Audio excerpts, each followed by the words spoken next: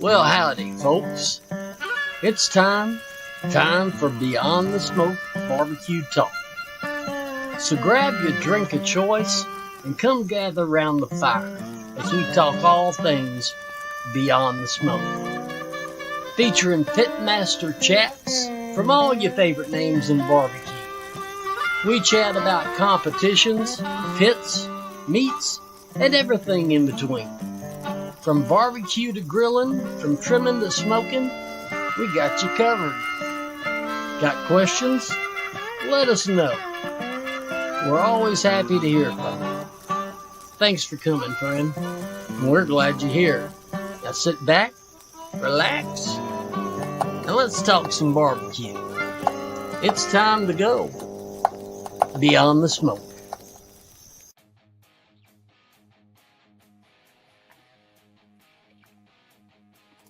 There we are. What's up, boys? What's up, guys? No. Another Monday. Another We're here. Monday. We made it. We made it. At least y'all made it. Y'all made it back, huh? Yeah, we made it back. Except for one. One didn't make it back, but he's all right. That sounds like he's working a long day at work. Yeah, I guess he was working. So some text out said that he wasn't going to be able to make it, but that's all right. It's all right. We're here. Yep. We're here. What episode is this? Is this not 23? 23. 23. What's going on, Chase? Chase made it back, huh? Yep. Yeah. How's y'all's weekend? A little busy? It was busy. A little rough, but man, good time nonetheless. Yeah, for sure. There you go, man. Yeah. Where'd y'all end up going? Seguin. For the World Championship? To the CBA World Championship. Yeah, there's some solid teams out there for sure. Oh, man. Without a doubt. Yeah. And some solid teams that sat on our hands. It seems like the judges were a little rough on y'all, no? Man, I hit some rough tables. Yeah. Man, I'm not gonna lie. I knew some of the stuff I turned in was a little bit tight whenever I cut it, and so I feel like my calls were pretty fair on it. I didn't feel like mine was first place or even probably up to 30th place. But it is what it is, man. We know what we did wrong, and we'll just keep on cooking and make sure we don't make the same mistake on the next one. It definitely sucks to drive 6 hours and then make those mistakes and know you made those mistakes and just to drive back home, right? But it happens. Yep. On to the next one. Yeah, man, I hit all my marks. I was happy with everything. Chicken, I should have put it on about 15, 20 minutes earlier than I did. Didn't quite get those thighs up to 200, 205 like I wanted, but man, it happens. I hit my flavors. What's up, CB? So it wasn't too bad. Well, cool, man. Well, good thing y'all made it back. Y'all, no incidents with the weather. So thank God for that. No, it wasn't Wasn't too bad. It was worse for you than it was for us, I think, Sam. Man, it was getting out of Plainview it was all ice here in town, and then man, once I got the South Loop in Lubbock, it was pretty well dry. And then what's up, Manuel? And then man, from Junction on, it just rained the whole time. Found all the little bitty leaks in the trailer. But coming back, no more issues. No issues. Nice, smooth sailing coming home. Well, cool, man. Well, let's bring our guest in. We don't want to keep him waiting too long. Today we have, as y'all know, John Scharbauer, man, with Scharbauer Cattle Company. 5th generation rancher, owner of Midland Meat Company and the Half Acre. Man, he's helping out Midland. He's a busy man, and we'll bring him in. Let's bring him in. Hey, John. Hey, what's happening? Hey, John. Man, John, first of all, just want to say thank you for coming on. I know you're busy, and we've been wanting to get you on for a minute, and we had plans on having you as a first guest, and it seemed to work out. So real happy. Oh man, you didn't. I'm glad I wasn't your first. Nobody'd probably watch after that. So no, I appreciate it. This is pretty neat to be on this. I'm as far from a pitmaster, which y'all normally have on here. So I've enjoyed your content. I like your thing leading into this too. That's kind of cool. That old video. I like that old stuff. Yeah, for sure. Well, I guess we can just kick it off. John, tell us a little bit about the Scharbauer Cattle Company, and I know you're 5th generation, so y'all been around for a minute, huh? Yeah, it's been a while. 1880s, I guess, here in Texas. But that's the story. That's the cool part about this, and what all you guys that are watching and listening, use our stuff, and just know, we care about that. We care about that product just as much as you guys, and really take it serious what we do. But yeah, that 5th generation, like you said,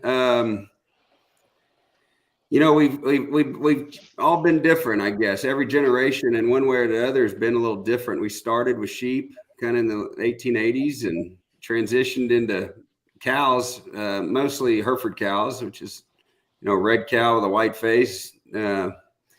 For the longest time had horns. Now you see them polled. They breed them to not have horns anymore, but that's, a lot of just different things. But then got into some Angus cattle in the 90s. So my great uncles really started the deal, Scharbauer brothers. And then my great granddad took it over and basically changed it from Scharbauer brothers to Scharbauer cattle. In that picture, he's the man standing in the middle there. His two uncles are right there, kind of right in front of him. John, and his name was Clarence. So he's Clarence Sr. And anyways, he took that deal and added to it. At the time, our family had started a bank down here in Midland when they got here. In the kind of 1885 is when I was told we came to Midland. So, or Marionfield, which is now Stanton. Anybody familiar with the area? Stanton, Texas, just east of Midland, not too far.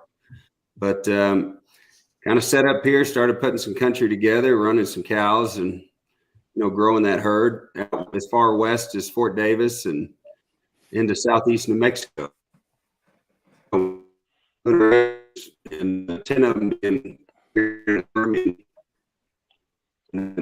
Dad took the ranches and Angus cattle, and there's history there. We got ball and that was some days and so, 15 years ago, so that's about it. I think he froze. That Oh, frozen my on back. yours. There you go. There it You're goes. back. You're back.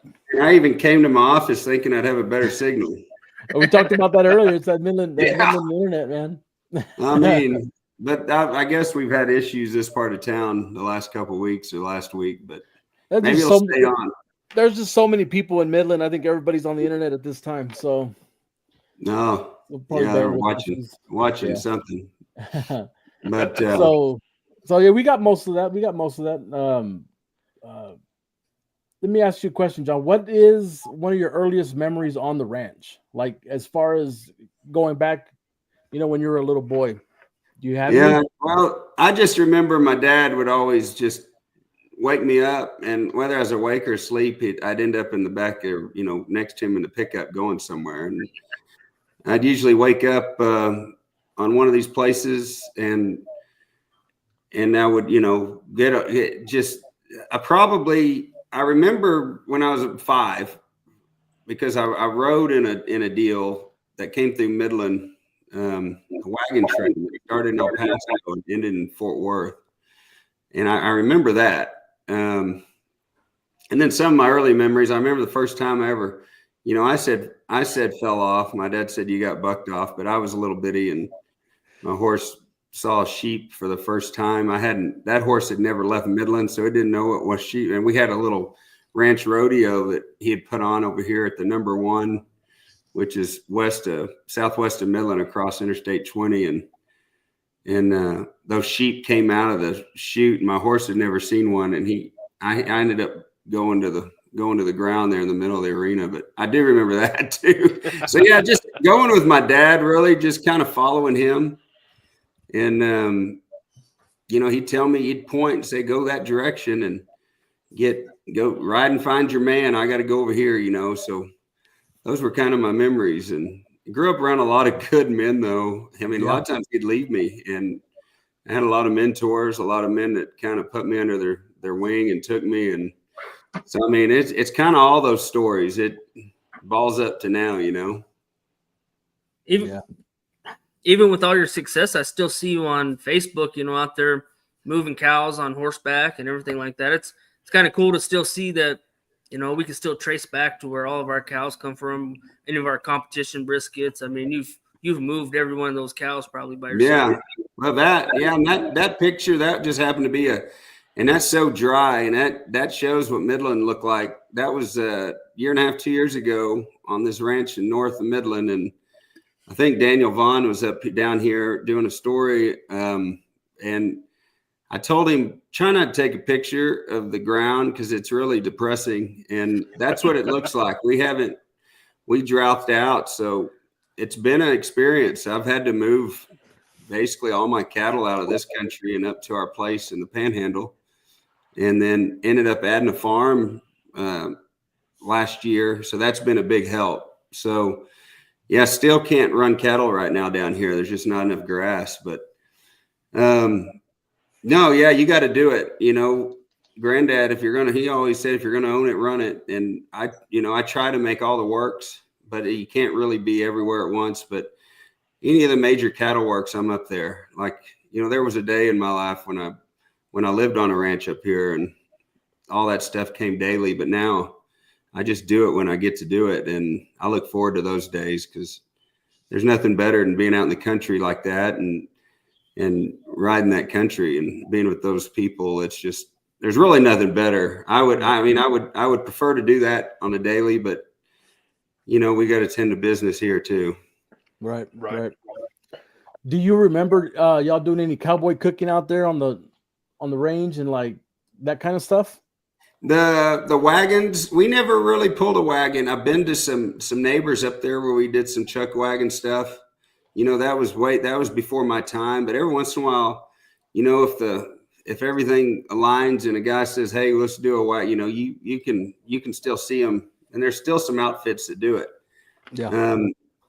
When horse trailers came along, that really kind of eliminated the reasoning to be out there and doing that kind of stuff. Because instead of having to trot out at 3, you could trailer where you were going. So you saved a lot of miles and time. So I kind of miss that generation. Part of me wishes I got to grow up a little bit in it, but other parts say I kind of like the trailer and And For sure. the 4-door pickups with heaters. You know what I mean? Yeah, for sure. For sure. But no, man, that life is about as good as it gets. You know, I talk about it a lot. I think it's the last freedom of, man, just, you know, and you're out there just doing God's work and creating food, you know, and just being a steward. And there's nothing better than just being out in the country like that. Yep. Yeah, for sure. Speaking of that country, what area of operation are the ranches on as far as your location wise? Yeah, just north of Midland. If you just go north 10 miles outside of Midland, on the east side of the road, you run across the North Curtis. And, you know, at one time we had the South Curtis, which was just butts right up to this, but not anymore. It's oil field. And then you got to go all the way up West Amarillo now, about 40 miles. And there was a ranch that my grandfather purchased in 1952. Just so happened that then, I guess, you know, you look at it in historical, he went up there because we were drought out in Midland. That was during the early 50s in the drought. So he went up there at a young age and bought that ranch in Oldham County. So if you know where Vega is, I know I've been through there at a couple of y'all's cook-offs in Hereford, because I stopped in there a time or two and checked in on Aaron and made sure he was behaving himself, and a couple of those guys. Hereford's right there just south of Vega, but I'm just due west of Vega. And then that farm's up around Spearman. If you know where Groover and Spearman is, it's way up there, far north part of the Panhandle. Yep. Okay. But that's the country we got left. You know, obviously I mentioned we had 11 ranches at one time. Well, in the last 25 years or so, some of those ranches have just gotten sold off, the surface of them, and because it's just like this place. Like if you can't run cattle on them, they're no longer, you know, they're not doing what they're supposed to do. So you know, you do what you can with them. Are they in a drought situation up north, like, you know, like it has been, or is it getting better? The drought? No, you know, obviously we had those big fires. Everybody remembers last year. That was terrible. And that's because we had the rain before, grew all that forage, and then heavy winds and those fires. I mean, I knew a lot of guys lost a lot of country. We were fortunate that, you know, we were further west of it and then further north as far as the farm goes. But yeah, you know, the difference too up there, there's about 2,000 feet elevation difference than down here. And it gets cold up there. Anybody knows the Panhandle? I know I see Manuel on there. He's up there, and yeah, there's no colder place on earth than North Amarillo. No, in my opinion. it gets cold and windy. Yeah, but no, it's it, man. It's good. We've got a few guys on the ranch. I mean, I'm still waiting. I've got a man right now, Shane. He was working the farm, and he's hauling some cattle right now. So like this, the cattle end of this thing never sleeps, and it's just kind of the way it is, and kind of what makes it, you know, I think what makes our product a little different, because it's a ranch, and right. we're watching that all the way through. Right. So go ahead. Oh. How did it change the market for you? You know, chasing that up and down, that beef cattle price, to go from straight from your ranch straight to the supermarket, more or less, right? And then to my plate. What you know, I was up in North Dakota, and beef was real big up there too, and they were always talking about having to hedge beef and do some of that kind of stuff, right? Make sure they had buyers for it, and then have to deal with some of the deep freezes and stuff. Like, what does that change for you, being able to go straight from the farm to the market? Well, it gives me a little more control. You know, the cattle business in general is pretty tough, and the farming same. I mean, there's not a whole lot. The cards are kind of stacked against you. So, you know, I like to say there's three things that kind of make up our market. It's weather, it's markets, and it's management. Well, I can't control the commodities and the markets. The markets are what they are, and then the weather, obviously, I have no control over. Well, if I can kind of determine what I'm going to charge for my product, then I have a little control of my market. And you know, that's the thing. You get this, like right now, beef prices are really high. and that's because the animal's high. And right now we're at a, the reason we're at such a high is it is simple, business supply and demand. I mean, the numbers kind of change, but we're at a 70-year low. I think in 1954 we had 81 million or 82 million head of cattle in the United States, and I think we're sitting on 81 million right now. So we're at a 70-year low on inventory. So, and it's not just beef, it's everything else. But just being able to, and in the last couple of years, it's probably made more sense to sell a live animal than it does the meat, just for the fact that the market is good. Right. But historically, the cattle market and the cow-calf guy, which I am, first and foremost, a cow-calf guy that producing, they don't make a whole lot of money. There's all the inputs, because our job is to keep the cattle alive and bred and producing, and it's usually the end that makes the money. The packer, the retailer. Really, the retailer in general doesn't, because all they're doing is buying meat and putting a margin on it and selling it. So I got to find a happy number. I was talking to Adrian the other day, and when we opened, 9 years ago, it'll be 10 years in October. My Wagyu ribeye was $34.99 a pound, and today it's $39.99 a pound. So in 9 years, we've gone up $5, but my inputs have nearly doubled. We try to stay as competitive in that market where we're not pricing ourselves out of a market, even though we've got a really high quality product, because there's there's other cuts on that animal too. And right. I'm not just moving ribeyes and fillets and briskets. There's 550 other pounds of cuts that I've got to move. And so, I want an affordable product, but at the same time, I got to cover my bases. And we've just gone up in volume. So, being able to control that market, control my buyers in a way, like I can say, no, I don't want to sell to that place, or let's do this with that cut, or let's turn that cut into jerky. It'll make a little more money. You can get creative. It's kind of fun. It's, so for that aspect, you can kind of, in a way, control that market. If that answers your question. I mean, because I'm involved, the only thing, and one day I might, but I don't own a processing plant. That would probably be the next step in this, is putting one on the farm where I'm just walking cattle off the farm in there. I have 2 USDA facilities that I use. But that would be probably, because my two biggest expenses are feed and processing.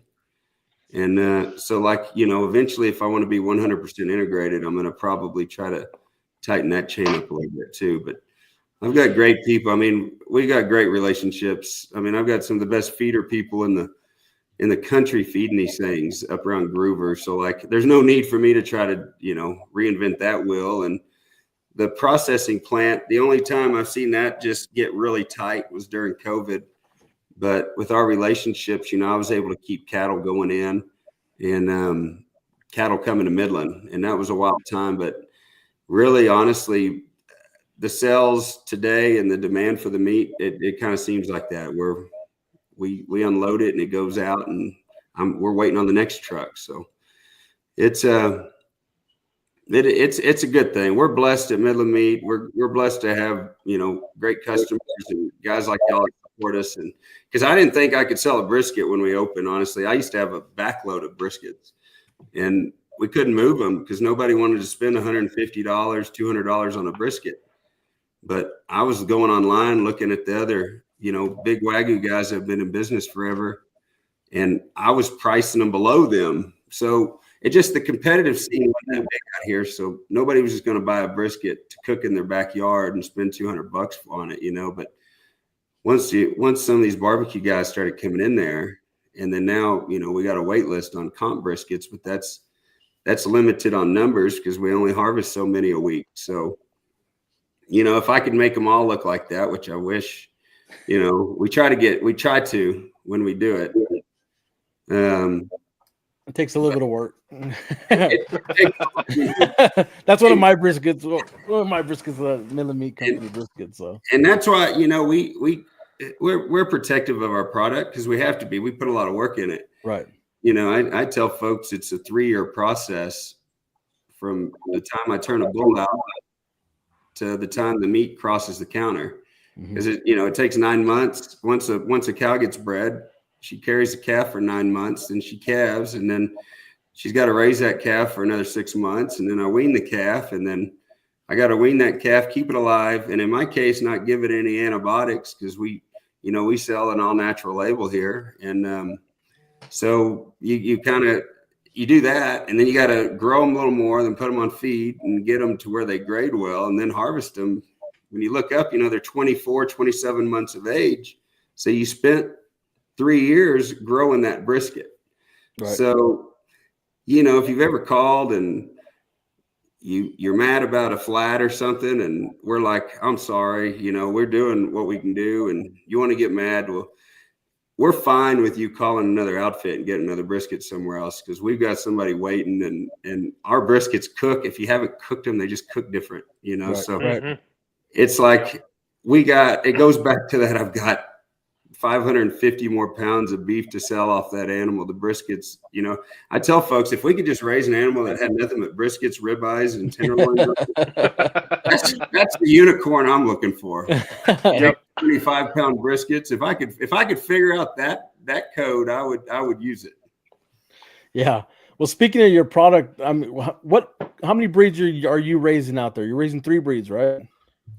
Well, I've got 3 because I got a cross. I use the natural heterosis when we cross the Hereford and the Angus and create that black baldy, and in some cases red baldy because I'm running some red Angus now. And man, I wish I would have sent you some better pictures, but that's okay. These cattle are drought out. You need to see the reality. Those cows actually look really good right now, but they got this one. It's a half Hereford. Yeah, that's a little better. Those are the same cows when I moved them to wheat. Oh, wow. Literally like 2 months after that picture was taken. That's kind of crazy. But that actually, a farmer down in just south of here around Midkiff leased me a circle. So that the Average Farms down there, and they raise good product local here in Midland. And that's what you're seeing. You're seeing other ranchers and farmers doing this. And I say do it because I think it's the future of the ranching. But sorry, what were we talking about? I just got spun off on that deal. Your product and the breeds. Oh, the breed, the crossbreeds. Yeah, the Hereford and Angus, and that's just the heterosis of those animals just makes them do better. Like when you take one and crossbreed it with another. So our cow is, the cow I try to get is a half Angus, half Hereford.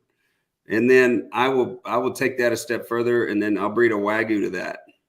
So the meat you see in the meat store, the majority of it, probably now about 80% of it, is half Wagyu, quarter Hereford, and quarter Angus. And the reason I do that is for the natural. I don't want to implant the cattle, but I can use the kind of the natural benefits of the breeds to make a bigger beef without putting implants in them. And health, they tend to be healthier, crossbred cattle. So I resist sickness more. So, and that's what's producing this kind of stuff, correct?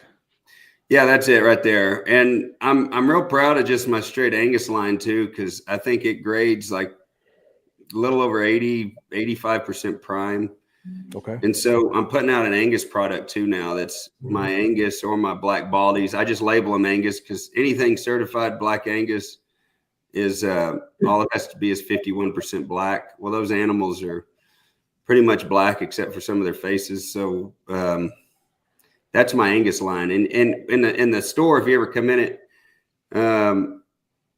you can you'll see a 5 on them, and that's my Angus line. If it doesn't, then it's just the Wagyu stuff, and it's priced a little different. More competitive with like a grocery store, supermarket. They're Angus all natural lines. That's kind of where my Angus is priced.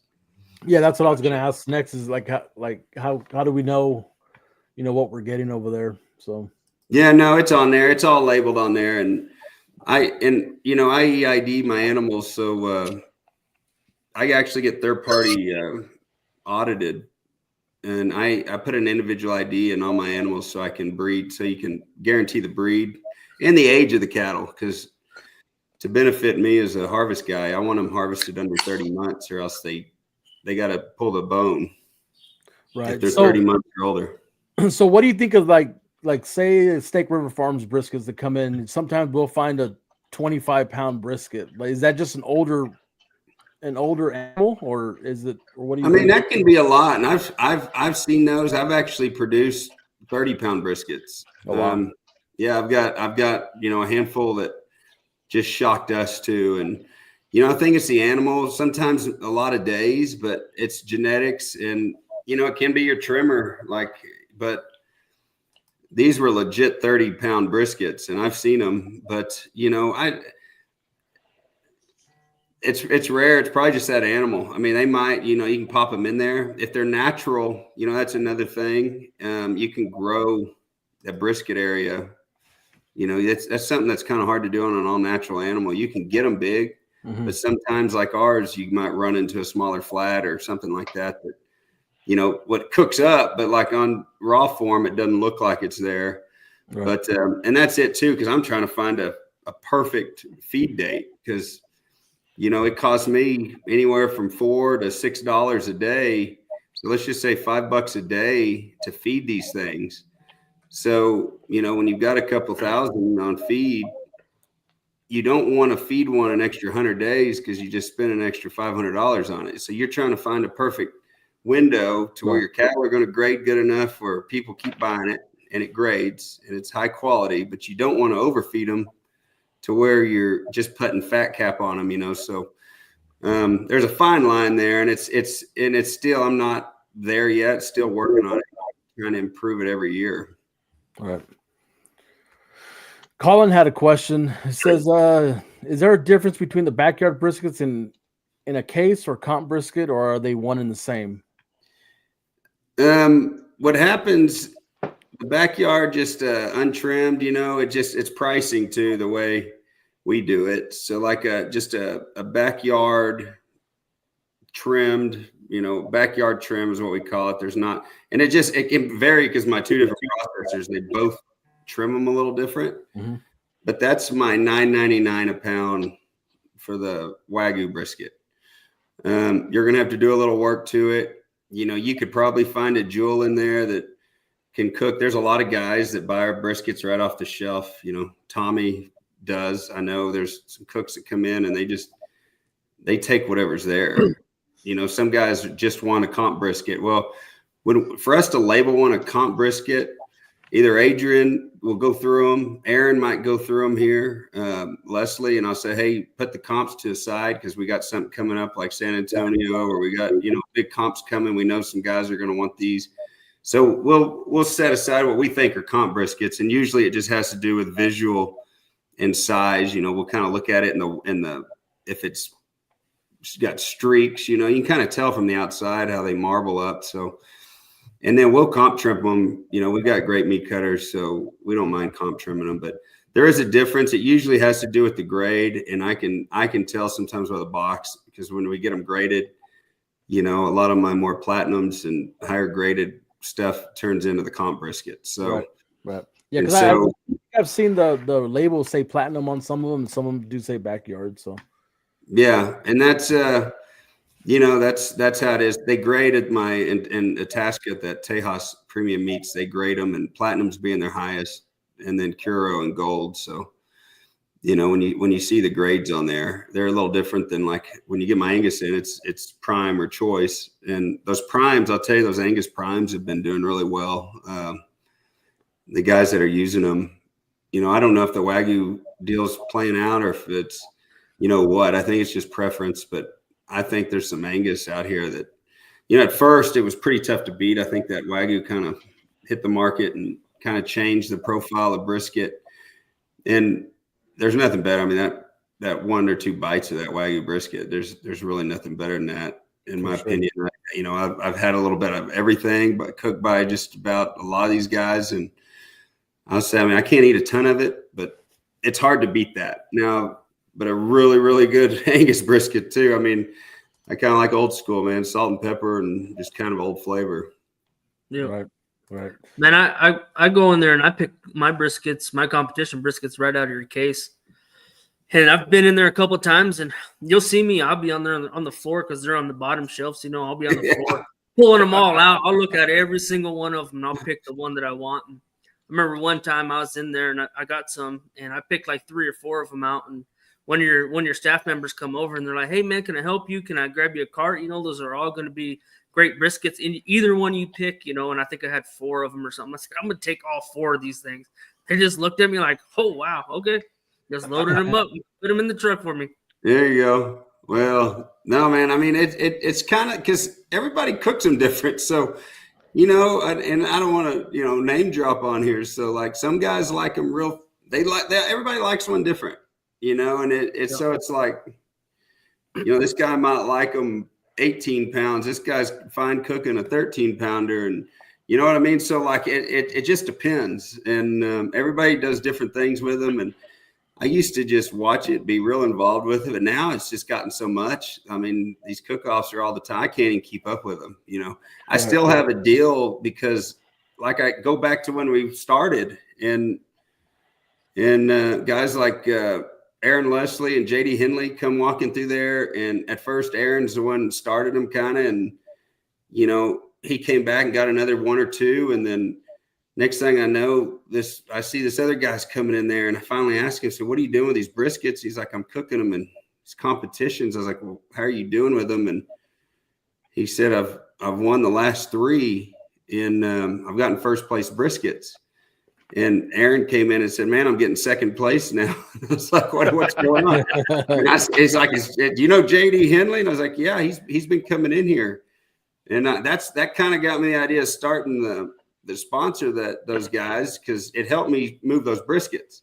Right. And it just started that way. I kind of basically said, well, y'all are winning with them and you're helping me sell them. So basically I started a deal. If you win with one, the next one's on the house. But you just kind of got to show me that you won, you know, and that turned into a deal. And it kind of got fun. I had 4 or 5 guys around Midland here that were using them, and they were going a lot. And before we knew it, all the briskets were gone. And so it helped there, and it's been fun to watch. It's gotten, you know, I've gotten to meet some really cool guys, and just because of a brisket, which I didn't even know that world existed when I opened Midland Meat Company. You know, I'll be honest, I didn't know competition cooks, that scene was out there. So it's been fun to watch. I mean, these guys, I know, you know, I'm watching your comments section. These guys, man, a lot of them hit some big comps with our briskets. Oh yeah, for sure. I can't thank them enough. I mean, they're the guys, you know, San Antonio, Houston, the Royal,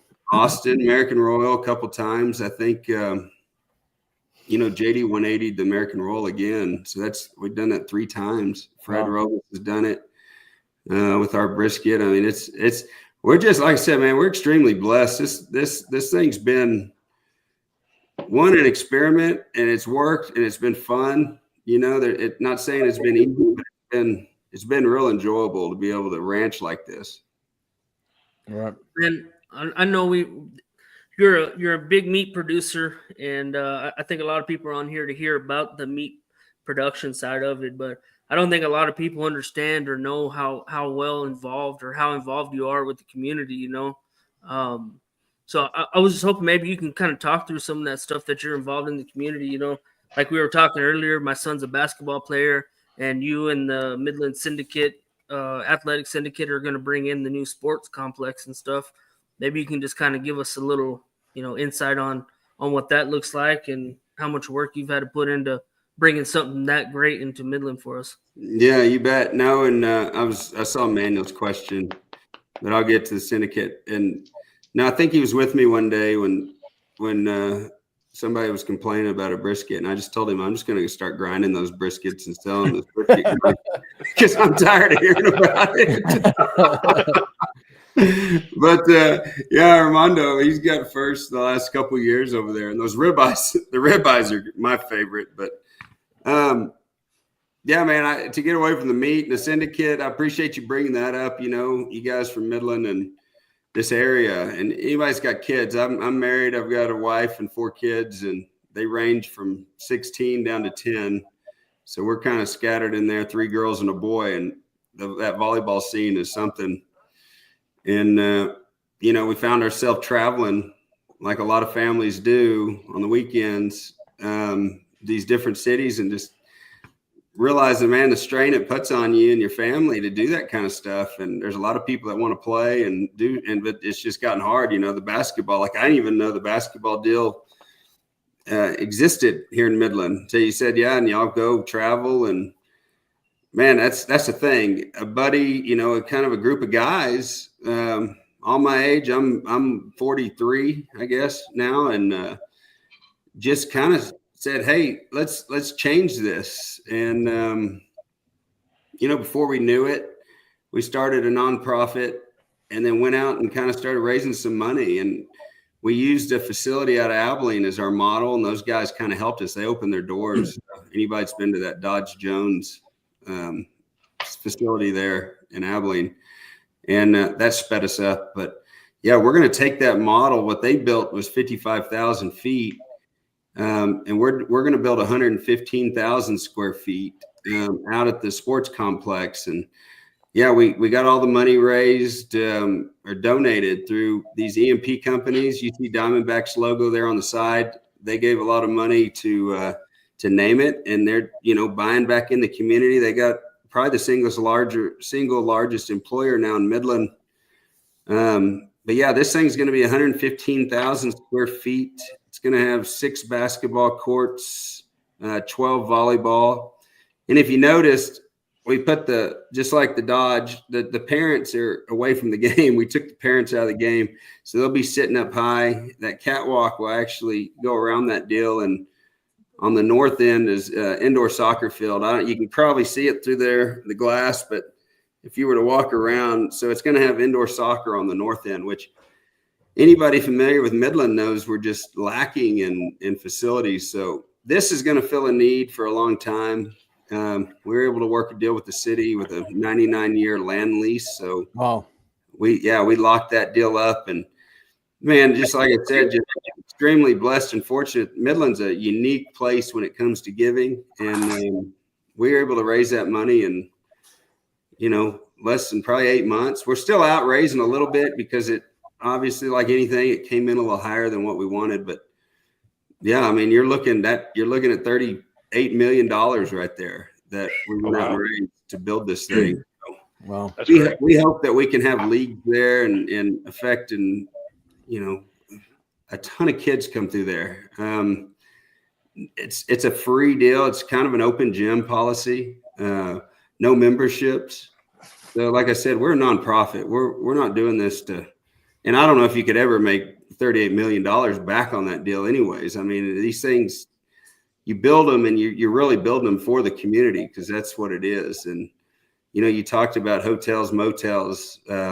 Midland's a unique place. It's full Monday through Thursday, and just all the hotels leave Friday through Sunday because, full traffic. So there's nothing bringing people to Midland. I think that's changing. You're seeing Midland be younger and a little more involved, and I think you're seeing some neat things coming, but couldn't be more excited for this facility. I think it's going to do a lot.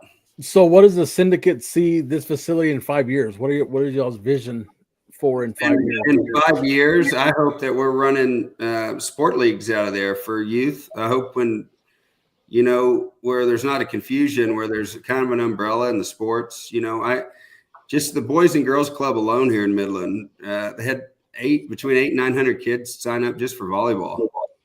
And they have 3 or 4 gyms. So, I mean, you're basically, and I mean, when I say gyms, I mean single courts or 2 courts on one. So they have 2 in Midland and 3 in Odessa, I believe. So you're trying to squeeze these kids. So I hope that instead of saying kids, hey, we're full, I want anybody that can play, come play. And where we're responsible for the leagues and kind of, like I said, open door, because it's like basketball, like you were talking about. It just, Midland used to be pretty good at basketball. And now to go be competitive, you got to go to Houston or Dallas or El Paso, or, you're traveling instead of staying home and saving your money and honestly being around the dinner table with your family. And that's kind of the point of everything that Midland Meat does. And what I try to do is just keep families at home and people around the table, because I think that's kind of what we've lost, and try to get back to that. So if we can keep families from leaving, especially on the weekends, because these travel sports have gotten so out of hand, I think, with kids, and it's taking kids out of churches, it's taking families out of church because they're traveling. And I kind of want to get back to that. Let's stay home, and if we can do it in Midland, let's do it here. Man, I think it's huge for the families and the kids, like you said, but bringing in revenue into Midland as well. And I listened to a podcast you were on earlier today talking about the population of Midland, and we're not far from being 200,000 people, right? And how that changes the economic environment and stuff like that. So I'm pretty excited to see what it brings in. I mean, we have a lot of businesses coming in. Bass Pro Shop. I mean, yeah, they're going in Odessa, but It's 6 Costco, miles. yeah, the zoo, right? I mean, we have stuff coming into town, right? And it's exciting to be in Midland at this time to see It is cool stuff that is coming in. They're catering to families now, and not just oil field people. I mean, they're trying to bring people in, and they're trying to build the city up and do it the right way. I think you're going to see that. I this last year we kind of really gotten some numbers, and this is a barbecue. I know this is a barbecue show, and I don't want to bore y'all to death, but the average age in Midland's 32 years old right now, and that's young. That's as young as it's ever been. And there's 30,000 kids just in the public school systems here, which is about 80%, 85% of the kids in Midland are going to public schools. So, passing a bond is going to help build some new facilities that obviously we needed. But just the future, like you said, it's getting younger. And the biggest demographic of kids in Midland is 0 to 4. So if we're not out ahead of this, building these kind of things, then, our city's always going to stay in that 100 to 150,000, depending on what oil prices are doing. Right. If we can ever hit that 200,000, like you said, it puts you in a whole nother category, and you kind of become self-sufficient where you're not relying solely on the oil and gas to push your economy. Now, I'm not saying Midland's not going to be an oil and gas town, but if we can sustain those downturns and hold our population here, then Midland becomes more than just kind of a pass through or somewhere you stop to do work. Right. Yeah, I moved over here in 2001, and I remember once you pass Odessa on 191, it was just nothing out there. So it's only a matter of time before they're both going to connect. So yeah, but it's going out there. It's exciting. I think it's a neat time to be around here. There's, the barbecue scene's probably never been bigger out here too. I mean, there's all sorts of restaurants popped up, and I mean, there's a lot of barbecue options, and so it's kind of cool for that. There's a lot of barbecue cooks. I mean, it's like you guys. I mean, shoot, you kind of stay out of the loop for a year, and you look up, and it's like just a whole nother wave of guys, and it's just like, man, I don't know everybody anymore, kind of deal. And it's I might make one cook-off a year if we can make them, or if it's on the way, if it's somewhere, and I'm around here or what. But man, I kind of miss those days, because there's the fellowship. There were some good times, and you get a cold beer once in a while and eat some pretty decent food. And it's kind of fun to rib guys too. Like I like it on my end, because it's never, if the guy does bad, it's always my fault and the meat's fault, but or the judges, but if he wins, it's all him, how to go. So I found to straddle the fence for a while and just kind of take it for what it is and laugh it up, because it's fun. It's what it is. It's kind of a locker room type deal where, guys are poking on each other and kind of laughing. So it's kind of fun. So did you do any cooking yourself, or no? No, I don't. I cook at home. I cook steaks. I cook I grill. If I could speed smoking up and Yeah, good tequila. That's right.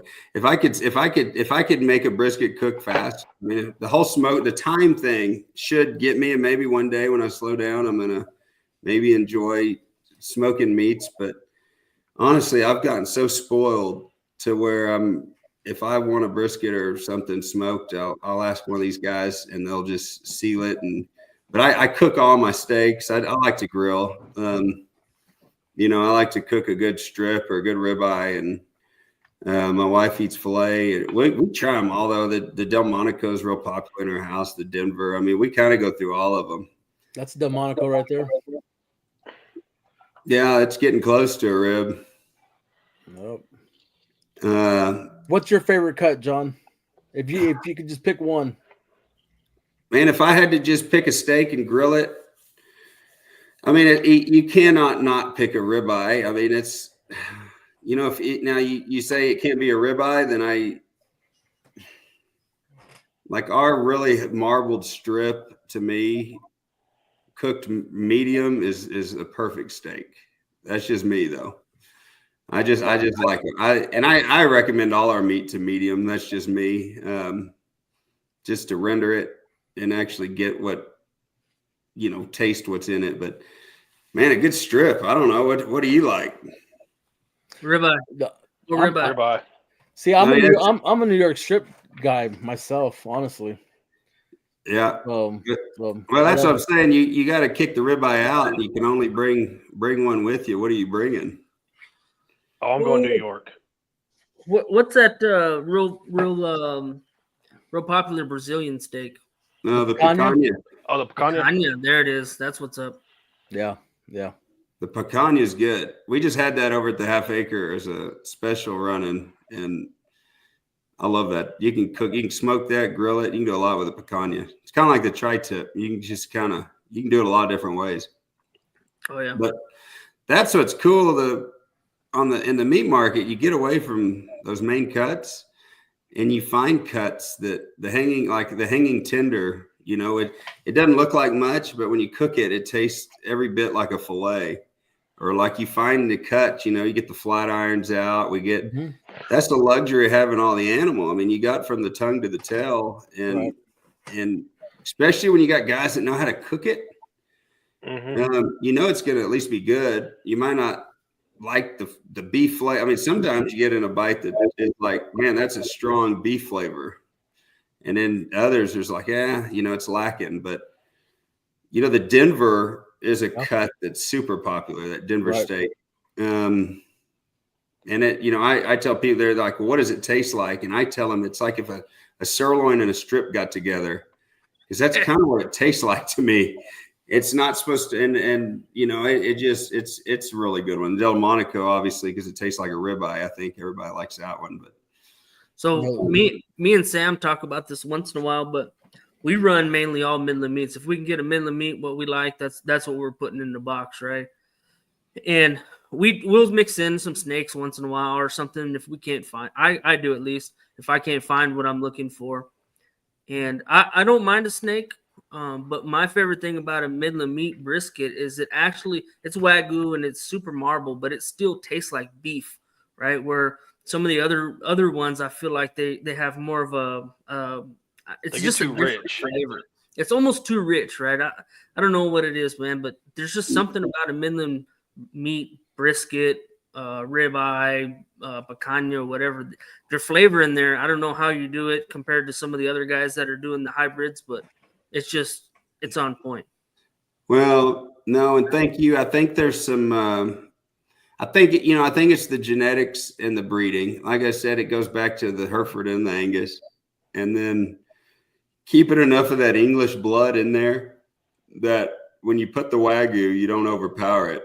You still get the traits of the marbling and the tenderness of the Wagyu, but you still maintain a lot of that beef flavor that you're talking about. Yeah, I've had that straight Wagyu, and you eat 2-4 ounces of it. One, you probably spend $150, and two, you're same thing. It's super rich. So, I prefer kind of a more steak more of a meatier steak, I guess. And that's why I kind of continue to cross them. I don't keep on the ranch. I don't own any female Wagyus. My cows are all, it's a terminal cross to me. That means if I breed a Wagyu, whatever I breed to, that calf, it's a terminal cross. It's going to the packer. It's going to packer. Yeah. It's not what I'm going to raise as a replacement. I have certain herds where I'm raising straight Angus, straight Herefords, and Baldies. So that's where it becomes a science project. And like I said, you got 3 years to know if you made the right call or messed it up. Are you still messing with genetics, as you know, or you're good to where you're at? You know, no, I'm still messing with them because, you know, I've been able to cut close to 100 days of feed off my animal. A lot of that is when I'm buying EPDs and I'm going to different bull sales, like it goes to every bull I'm looking at, whether it's an Angus or a Hereford. You know, I've got traits I'm looking for. And then obviously in the Wagyu, and there's been the Wagyu bull scene has become pretty competitive. 10 years ago, 15 years ago, when I started buying bulls, you know, a Wagyu bull, they were all $5,000. You could get some for $4,000. A guy might think is really good, it would be $6,000. You know, now I'm spending anywhere from $15,000 to $20,000 on one Wagyu bull, and the market's gotten super competitive there. The genetics have gotten better is what I'm getting at. You know, I'd tell people 10, 12 years ago, I wish these Wagyu guys would cut 90% of their bull calves, but the breed was taken off and was becoming so popular that they were just trying to raise as many bulls as they could, and genetics weren't as important. Well, you know, I think you're going to start seeing Wagyus that don't grade. You might even see some Wagyus that don't have any marble in them. So like that's what you get when you're not, you know, so, you know, I don't want to tell where I get all my bulls, but that's pretty important, your cow. And that's where being coming from a generational ranching family to learn the importance of those genetics. You know, I tell people, like, I can't take the credit because dad decided to buy these Angus bulls. My granddad decided to buy these bulls when he was, and then you take that back 140 something years, right, and that's what you got in the meat case. And that's what I like to tell people. And that's the story behind Midland meat is there's 100+ years of decisions in that cut of meat. And, you know, so it didn't just happen overnight. It was a process, and, right, you know, it just kind of goes back to just staying true to quality and not cutting corners like that.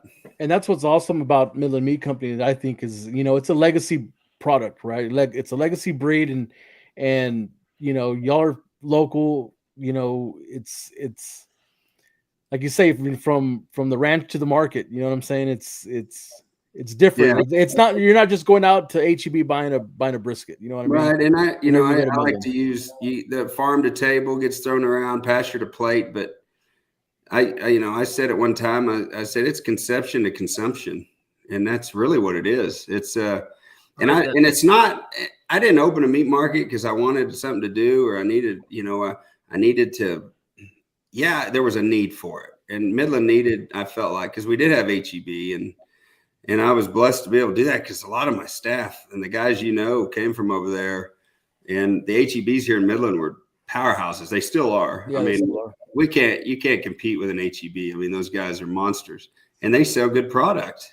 Mm-hmm. But this HEB on Wadley, before they built the one over there off the loop, was the #1 selling meat, the meat department of all their HEBs. And I'm not talking just in the area, I'm talking of all of them. So Midland's always been a heavy meat buyer, and they're going to go where the quality is. And HEB puts out great product. I mean, they try to get Texas product. They push natural. I mean, and that's where our food. And I think we need to really pay attention to this. You know what we're getting: American made beef, Texas made beef. It's important, and it's important to support these farmers and ranchers because every day they're going out of business, and it's not because of lack of try. I promise. It's just kind of the way things are stacked up.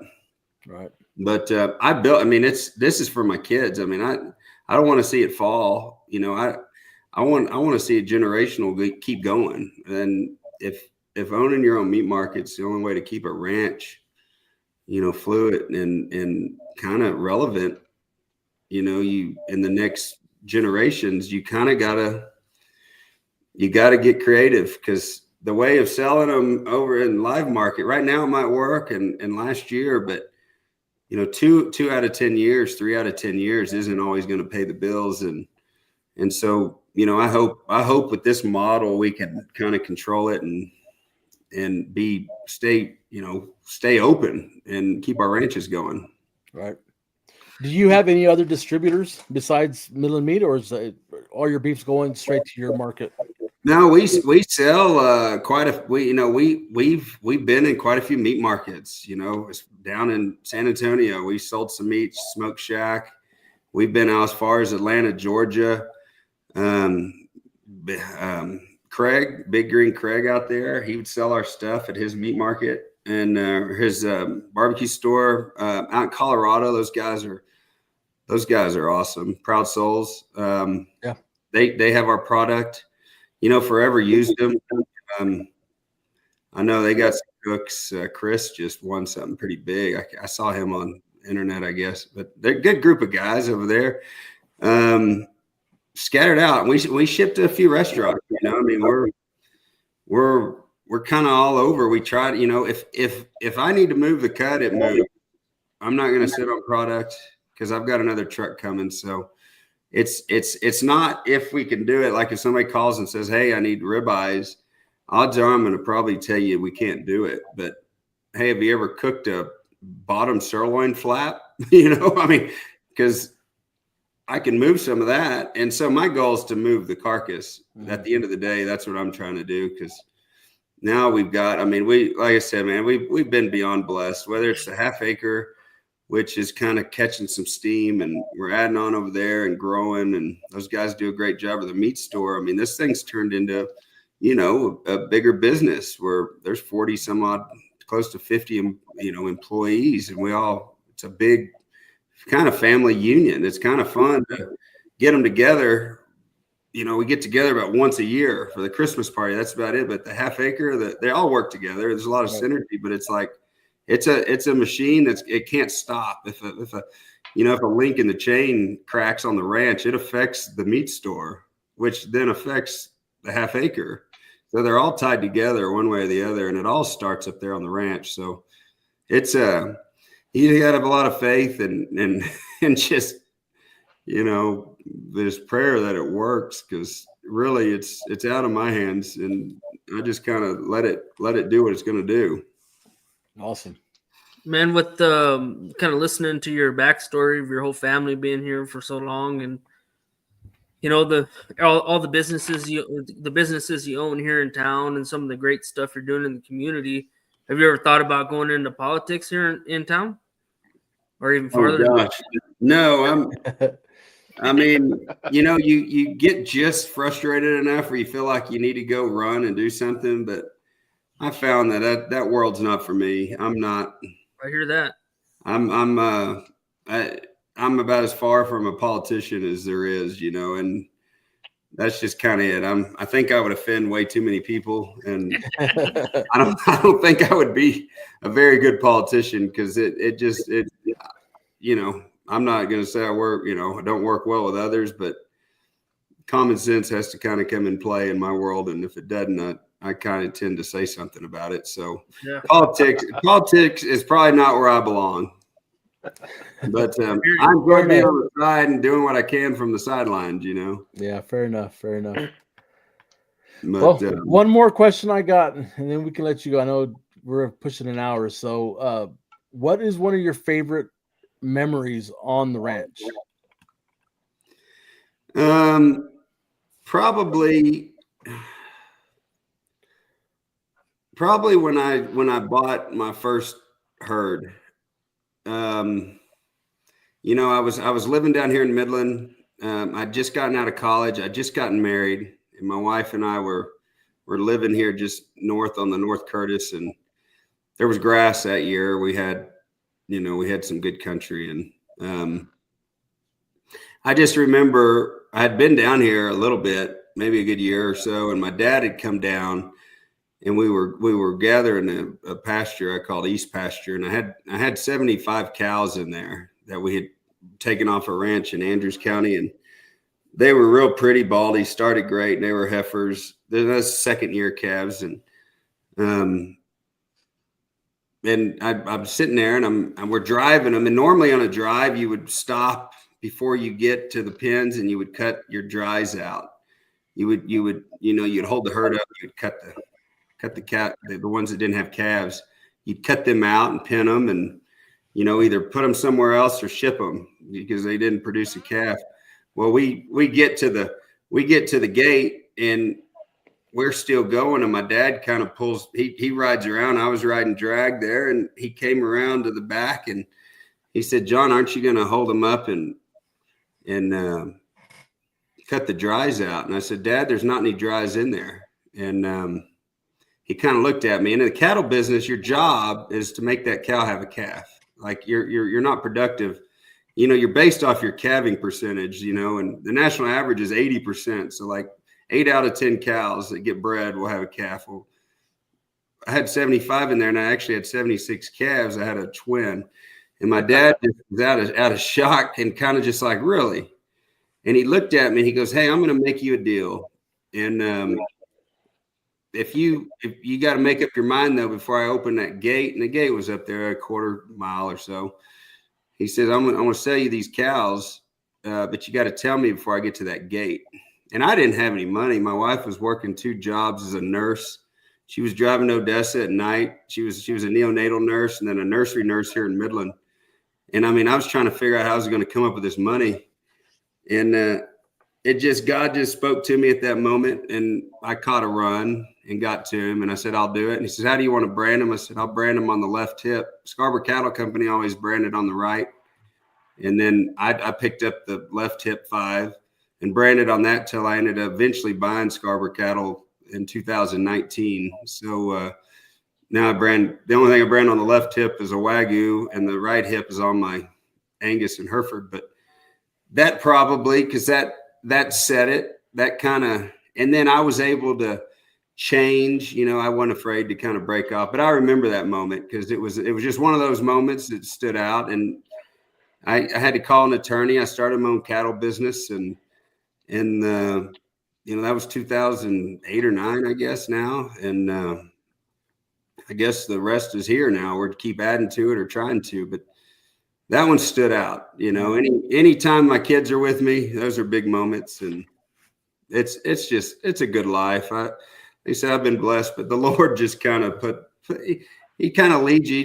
You got to not be dumb enough to try to do it on your own, and you kind of, sit back and put it to prayer and look and listen. And I think those doors are open because he'll show them to you. And that's kind of the way that went. So it's been a journey, I'll tell you that much. And it's been fun though. It's hard to believe it's almost been 10 years that we've been, I guess it'll be 10 years this year that we've been open. Yeah. Well, it's not over yet, John. We still got a while to go. Yeah. Well, I don't plan on quitting anytime soon. We try to keep growing. I know that. Yeah. Sure. But man, I've enjoyed your show. I know you go an hour. I don't know if anybody. We kind of rambled on a few things, probably off topic. What y'all are used to talking. No. If there are any questions, I don't mind answering them. That's why we're beyond the smoke, right? We talk about barbecue, but we want to talk about other things that are going on in people's lives, or great stuff like where our competition meat's coming from.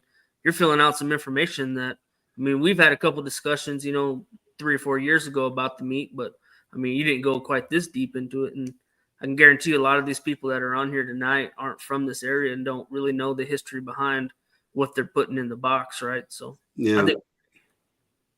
Well, we try, and we're not going to be perfect by any means. And anybody that's called our stores probably talked to Adrian. I just defer people to Adrian. I said, talk to Adrian, because if you text me or call me, I might forget, and then I'll feel terrible. And Adrian knows, it's just best to go through him.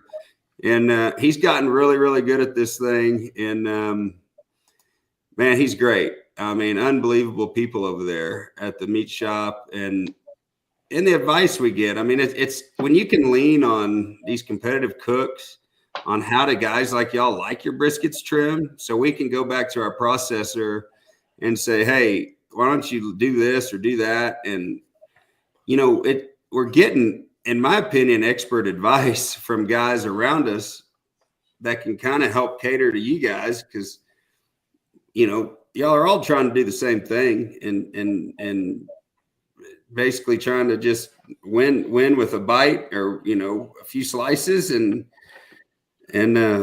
so I mean, it's when you can just, you got all these local cooks that are so good right here, and they'll tell you. I mean, and if you just ask, they'll tell you. So it's been a joy, I'll tell you that much. And anybody that comes in there, we'll do our best to fill you with what you're looking for. The chicken gets a little tough because I don't know all the rules anymore. One time I got a guy disqualified because our chickens had wings or tips or something, and I was like, listen, dude, that's your problem, not mine. Like, I just thought chickens.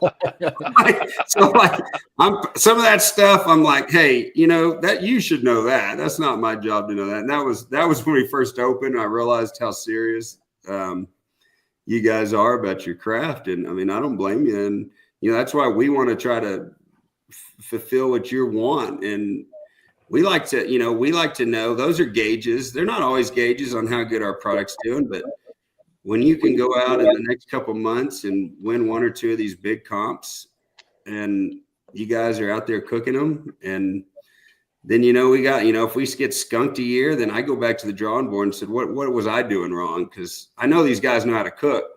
So there's a point of it where I'm like, maybe it's on my end. I need to figure out why my cattle didn't grade this year or what I did different, and let's not try to do that. So, I mean, there's always learning. And I think having Midland Meat and me available to that, some of these bigger outfits, not saying they're bad or good or what, but just as personal as we are, we take it personal. If you say you don't like something, we want to fix it.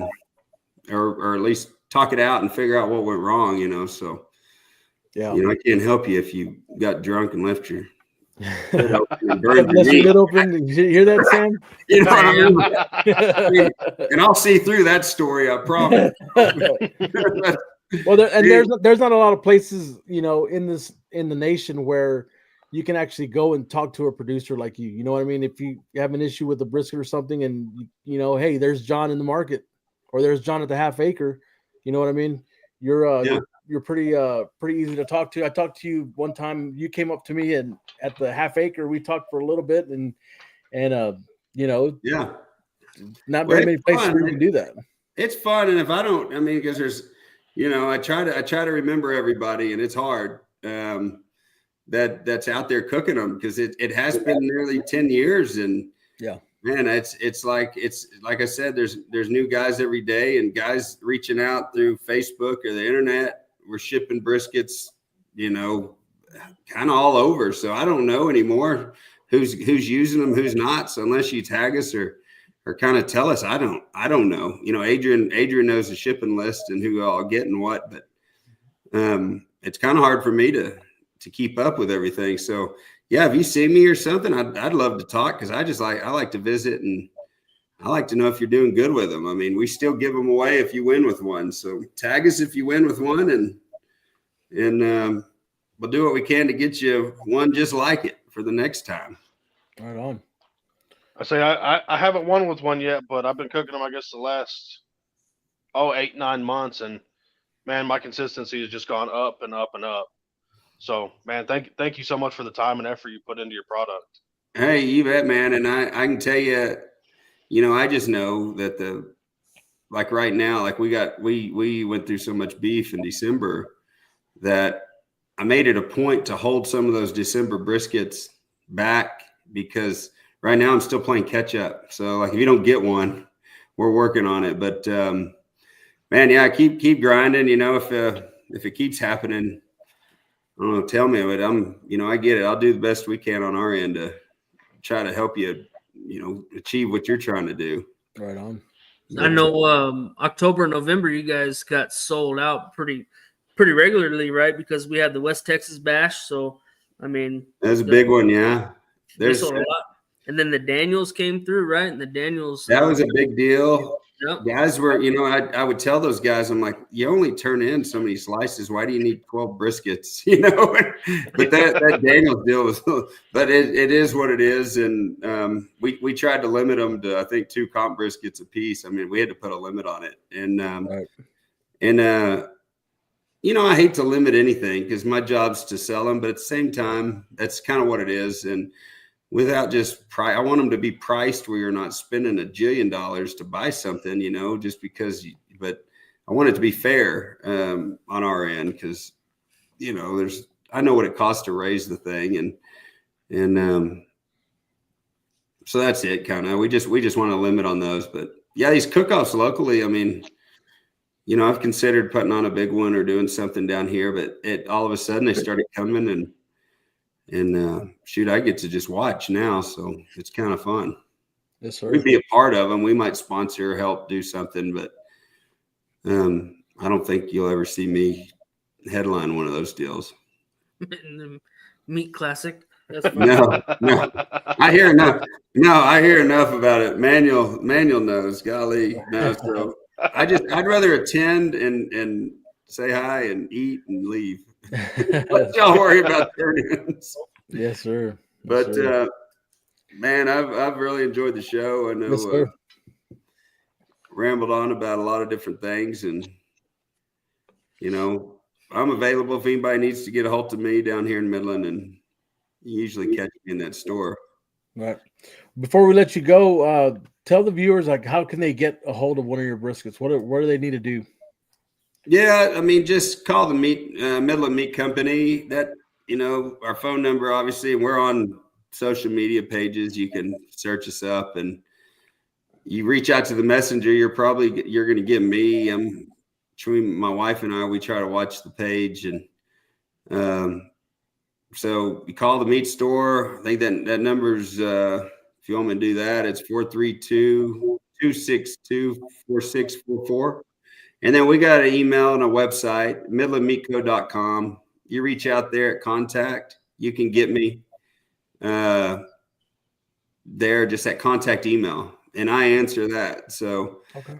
If you get a response from Adrian, it's probably because I looked at it and then forwarded it to him because, one, he can probably help you better than I can, especially on the brisket stuff. But, yeah, you want to talk cattle or ask me any questions about the cattle, I'm happy to talk about them and what we're doing there. And, so it's fun. It's a passion of mine. I love doing it. So, I'm going to be working branding some calves on Friday in Amarillo before that front hits. And, I just can't wait to get up there and go gather a pasture. And we got those Midland cows. The reason we're doing them at a different time is because they calve in the fall and everything up there spring calving. But I moved that herd up there. So they're calving right there. They've calved. So, that's another thing, we didn't really get into, but keeping that pipeline full of beef year round is not the easiest thing to do. Cause like I said, you don't want to overfeed them. So you got to have 2 calving seasons, and you got to be pretty creative on how you stagger them into the grow yard just so they're not all ready at the same time.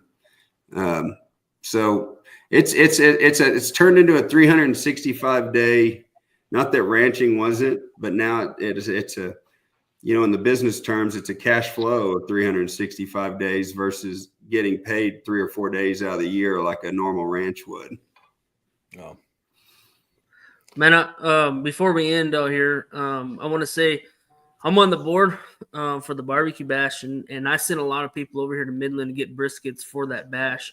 A lot of people didn't know about Midland, and I sent them over here. So a lot of our guys came over here and got briskets, and they did really well, and it kept people coming into the event, which allowed us to give back a bunch of money to the community there in Monahans. Yeah, I heard.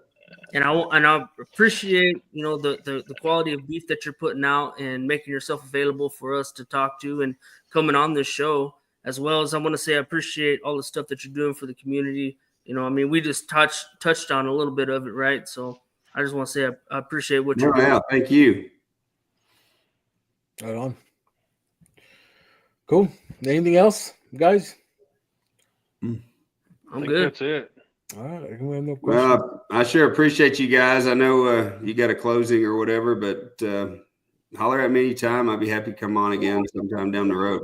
Sounds good, John. We appreciate it, sir. man. And we'll You we'll see you at the market. We'll see you at half. Yeah. Good luck out there. Y'all don't be gentle on that beef. There's always a guy behind it trying to keep it alive just long enough to kill it. Yeah, for sure, man. All right. Cool, Thank John. you. Appreciate All right, it. thanks, John. Thanks. See ya. See ya. Wow. Damn, that was a good one. That's good. Man, that was awesome. A lot of information, man. A lot of information. It's always cool when you get to hear where a bunch of the briskets and steaks you cook, even just for competitions, come from. Get to hear the story behind the family and everything like that. Yeah, for sure. Like you said, there's a face behind it. You know what I mean? It's Yeah. not just in a case somewhere. We're It's picking not just one behind up. glass. So, yeah, for sure, man. Well, cool. We're at an hour and 20 minutes. Anything else you want to bring up? What we got next week, Serge? I think we're gonna hold off on that one for a little bit. Okay. I'll make an announcement before it comes on. It's a big guest, man. So we're real excited about this one, and it's been a lot of planning to get this one going. So we'll work on it, and I'll put it out for sure. Heck sure, yeah. man. Yeah. Looking forward to it. So we got some big stuff coming down the line. So y'all stay tuned on Mondays. Yes, for sure. Let me see. What am I doing? Cool. Are we good? I think we're Good, good. brother.